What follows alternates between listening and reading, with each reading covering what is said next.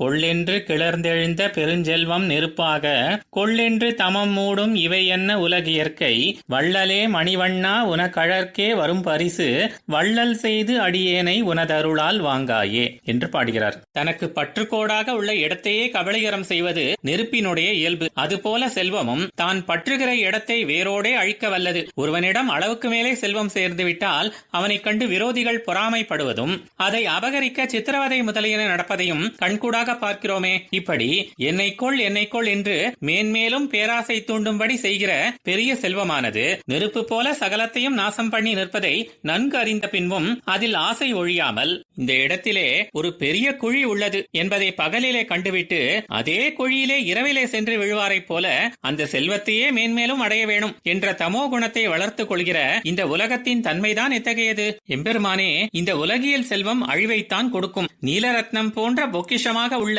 உன் திருமேனி என்ற செல்வம் தான் சாஸ்வதம் என்பதை என் நெஞ்சில் ஆழமாக பதித்து பெரிய உபகாரம் பண்ணின உதாரணே, அப்படிப்பட்ட உன் வடிவழகை நான் கண்டு அனுபவிக்கும்படி காண்பித்தல்லவோ எனக்கு இந்த வைராகியத்தை உண்டு பண்ணினாய். முன்பு நீயாகவே மயர்வரமதிநலம் அருளினாய் அல்லவா? அதே போல உன் திருவடிவாரத்திலேயே வந்து சேரும்படி மறுபடியும் அடியன் விஷயத்திலே உன் தாராள குணத்தை வெளிப்படுத்தி உனது பரம கிருபையாலே என்னை கை கொண்டு அருள வேணும் என்று பிரார்த்திக்கிறார். ஆழ்வார் எம்பெருமானார் ஜீயர் திருவடிகளே சரணம்.